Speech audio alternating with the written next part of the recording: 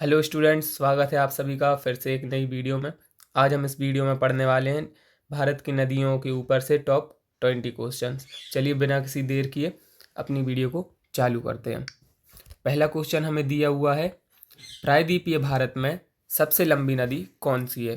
जो प्रायद्वीपीय भारत है उसमें सबसे लंबी नदी हमारी गोदावरी नदी है। चलिए अगला क्वेश्चन देखते हैं। क्वेश्चन नंबर 2, कौन सी नदी उत्तर भारत और दक्षिण भारत के बीच पारंपरिक सीमा बनाती है।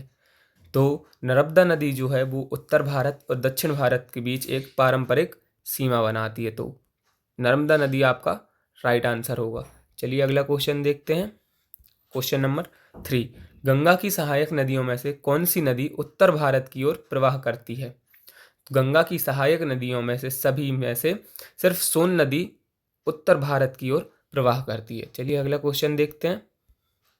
क्वेश्चन नंबर 4, भारत में डेल्टा बनाने वाली कौन सी नदियां हैं।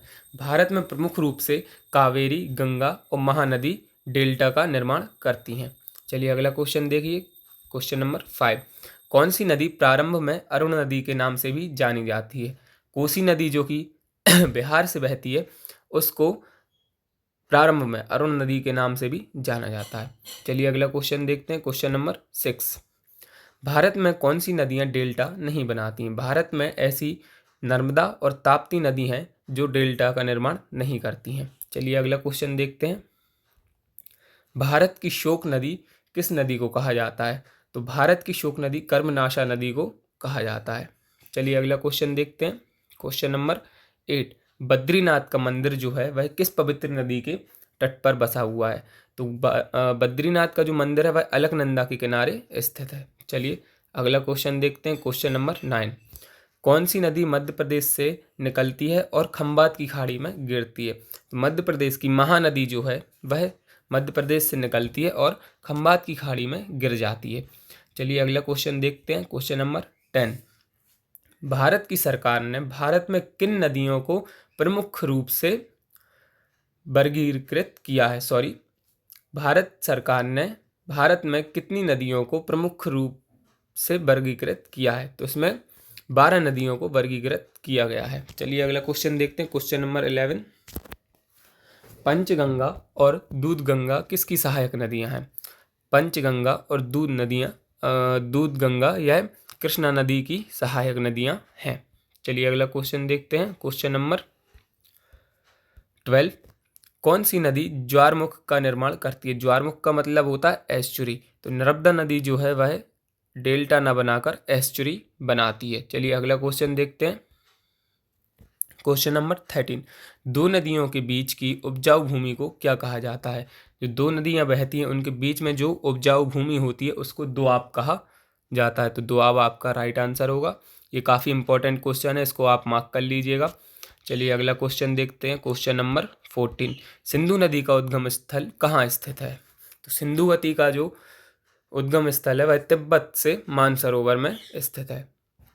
चलिए अगला क्वेश्चन देखते हैं। क्वेश्चन नंबर 15, तिब्बत में स्थित राक्षस ताल से कौन सी नदी निकलती है। तो तिब्बत से हमारी सतलुज नदी निकलती है जिसका उद्गम राक्षस ताल से होता है। चलिए अगला क्वेश्चन देखते हैं। यमुना का उद्गम स्थल कहाँ स्थित है। तो यमुना यमुनोत्री से निकलती है। यह आपका एकदम राइट आंसर होगा। चलिए अगला क्वेश्चन देखते हैं। बिहार का शोक किस नदी को कहा जाता है। तो बिहार का शोक कोसी नदी को कहा जाता है क्योंकि इस नदी में बहुत बाढ़ आती है। चलिए अगला क्वेश्चन देखते हैं। क्वेश्चन नंबर 18, मानस किस नदी की उपनदी है। मानस जो है वह हमारी ब्रह्मपुत्र नदी की एक उपनदी है। अगला क्वेश्चन देखते हैं। भागीरथी और अलकनंदा इन दो नदियों का संगम स्थल कौन सा है। तो जहाँ भागीरथी और अलकनंदा एक दूसरे से आके मिलती हैं वह स्थान है देवप्रयाग। बिल्कुल सही आंसर होगा। ये काफ़ी इंपॉर्टेंट क्वेश्चन है। अब अगला क्वेश्चन देखते हैं। क्वेश्चन नंबर 20, विश्व में सबसे बड़े डेल्टा का निर्माण कौन सी दो नदियां करती हैं। तो भारत की जो गंगा और ब्रह्मपुत्र हैं वह सबसे बड़े डेल्टा का निर्माण करती हैं। अगला क्वेश्चन देखते हैं जो कि लास्ट क्वेश्चन है हमारी वीडियो का। क्वेश्चन नंबर 21, भारत की कौन सी नदी कर्क रेखा को 2 बार काटती है।